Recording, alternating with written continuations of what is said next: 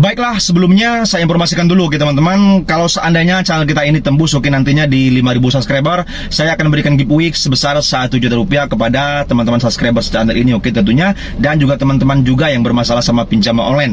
Jadi yang baru melihat channel ini, silakan teman-teman subscribe dulu dan like-nya, siapa tahu ini menjadi manfaat dan juga berkah untuk kita bersama-sama. Amin amin ya rabbal alamin. Baiklah, langsung kita kembali ke pembahasan, tidak usah berlama-lama. Ini ada pertanyaan dari teman kita, dia bertanya seperti ini, Bang, benar nggak sih Bang, informasi yang ada katanya banyak pinjol yang akan bangkrut ataupun collab di tahun 2025 akhir ataupun 2026 nanti? Benar nggak sih Bang? Apa itu hanya isu-isu saja? Nah, di sini saya akan jelaskan kepada teman-teman. Ini berita-berita seperti ini sebenarnya sudah dari tahun lalu, bahwa pinjol ini bakal banyak bangkrut seperti ini. Tetapi nyatanya sampai saat ini hanya satu yang yang tutup. Dari 97 pinjol kemarin di pihak OJK, hanya satu, tinggal 96 resmi OJK lagi. Jadi berarti ada yang tidak sanggup lagi berdiri di Indonesia. Tetapi balik ke pertanyaan tadi teman-teman, banyakkah pinjol akan bangkrut? Boleh saja, bisa saja. Kenapa saya mengatakan bisa saja? Karena aturan OJK per tanggal 31 Juli 2025 ini, dia mengatakan kalau pinjol nanti harus menyetorkan skor kredit mereka bagi para nasabah-nasabah mana saja yang ada skor kredit macet atau yang terjadi gagal bayar. Nah, di situ skor kredit kalian atau SLIK atau by checking kalian akan disetorkan dari pinjol itu ke pihak OJK. Jadi ketika sudah ada nama Anda sudah macet, kreditnya sudah ada macet, skor kredit Anda tidak bagus lagi, pinjol tidak diperbolehkan lagi sama pihak OJK memberikan pinjaman, memberikan angsuran kepada pihak nasabah-nasabah yang ingin meminjam. Jadi kalau seandainya sudah ada aturan seperti itu, pinjol-pinjol yang baru berdiri, yang masih kecil ini teman-teman, yang uangnya belum banyak bertebaran di masyarakat, itu tidak bisa lagi mengucurkan dananya sebanyak-banyaknya kepada masyarakat.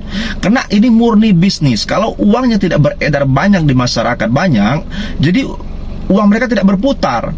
Bagaimana mereka mau membayar karyawan, membayar DC pinjol, membayar akomodasi, apapun itu, membayar keperluan perusahaan mereka, membayar sewa kantor mereka, bagaimana? Semuanya memerlukan uang cuan. Dengan apa cara mereka mendapatkan keuangan, mendapatkan keuntungan? Ya dengan cara menyebarkan, menyuntikkan dana kepada pihak masyarakat sebanyak-banyaknya supaya mendapatkan bunganya. Seperti itu, mereka juga bisnis. Jadi kalau seandainya uang mereka tidak banyak berterbar, saya meyakinkan bisa saja mereka bangkrut dan angkat kaki juga dari pinjaman online ini, dari Indonesia ini pinjaman online-nya. Harapan kita memang ini yang harus diberikan. Saya sangat setuju dengan aturan yang diberikan OJK ini karena membuat dampaknya sangat bagus, dampak kedepannya sangat bagus, supaya para masyarakat nasabah khususnya yang sudah ada pinjaman tidak lagi meminjam ke pinjol lain. Karena dengan ada aturan ini terbatas. Kalau seandainya tidak dibatasi seperti sebelumnya, masyarakat seenaknya pinjol sana, pinjol sini, pinjol sana, pinjol sini, yang dari awal mungkin cuma 2 aplikasi ataupun 3 aplikasi paling banyak sampai 10 aplikasi bahkan lebih. Nah, di sini bagaimana mau melunaskannya? Sedangkan 1-2 aplikasi saja tidak mampu untuk membayar, apalagi sudah lebih dari 10 aplikasi. Itu efek gara-gara tidak ada aturan atau regulasi dari pihak OJK yang mengaturkan seperti itu tadi. Jadi kalau sudah ada aturan seperti ini, sudah ketat seperti ini, semoga saja OJK mengawasi para pinjol-pinjol ini supaya tidak memberikan pinjaman seenaknya kepada masyarakat. Kalau terjadi mereka nakal, masih saja memberikan pinjaman kepada masyarakat, mereka akan diberi sanksi, bahkan sanksi pencabutan izin dari pihak OJK. Kalau mereka sudah dicabut izinnya, berarti mereka sudah ilegal, tidak ada izinnya dari OJK lagi. Jadi kita harapkan kepada teman-teman semuanya, kalau sudah ada pinjaman online itu, kalau seandainya belum memang mampu membayar, jangan Anda nekat atau paksakan diri Anda untuk minjol ke aplikasi lain, apalagi ke aplikasi ilegal. Saya ingatkan, jangan pernah Anda berurusan sama yang namanya ilegal. Pinjol ilegal itu teman-teman, data Anda itu sangat berharga. Bisa saja data Anda dijual kemana-mana, kita tidak tahu.